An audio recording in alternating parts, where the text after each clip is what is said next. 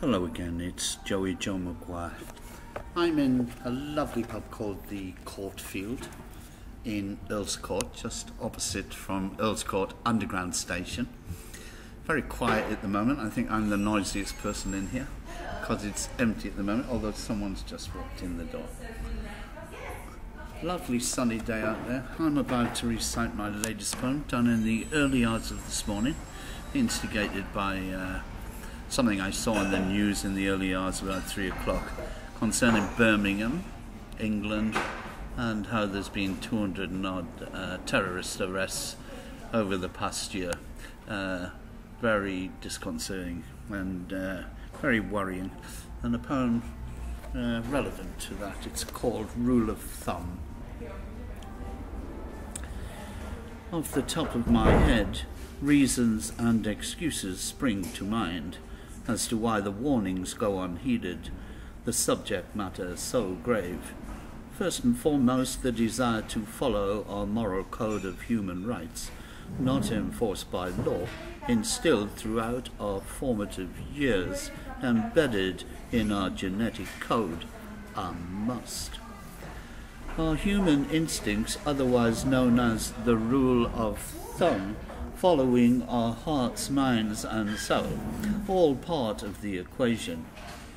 Won't see you go far wrong, by which I infer rotten apples are present in every basket, common sense telling us to throw them out before they rot and fester. It's the same in every walk of life, life being a constant process of decay, which is why we strive to survive, natural selection sometimes needing a little help towards its goal. Those willing to stick out their necks out apply the rule of thumb, take the lead, often to the advantage of us all. Take a cancerous growth. Someone has to decide to rip it out, because, as its name suggests, it will grow. But who will risk the backlash from the do-gooders with good intent, when the vast majority cower in corners, incapable, indecisive, unwilling to make a decision for themselves? Offer them an even chance and they'll tell you they don't bet. Take immigration. I know, a controversial subject, the taboo territory of the racist, but someone has to bring the matter up, just like someone has to deal with the rotten apples.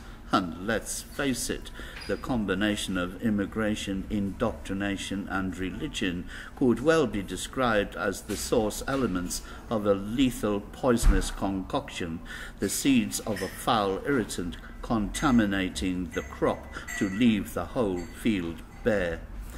I've witnessed the proclamations of innocent, the heart-rendering claims to loving Britain, their feelings of being British, and for the vast majority, their hearts mean to be genuine. So much so, I want to believe them. But there are always rotten apples to be found, and the do-gooders and fence-sitters don't help by hiding them or denying their existence, while they fester and spread their malintent, corrupting everything they touch, leaving swathes of discontented anger and resentment across the length and breadth of our nation. Upon which I have turned full circle, bringing me back to the unheeded warnings, because they don't just love Britain, they want it for their own, governed by their primitive, archaic rules, their mosques and schools, indoctrinating the masses, not by the rule of thumb, but to keep them under the thumb. And as for the infidels, people, non-believers like me, the plan is to banish them from the basket, the nest they have previously feathered, offer them a choice, integrate and conform, or beheading.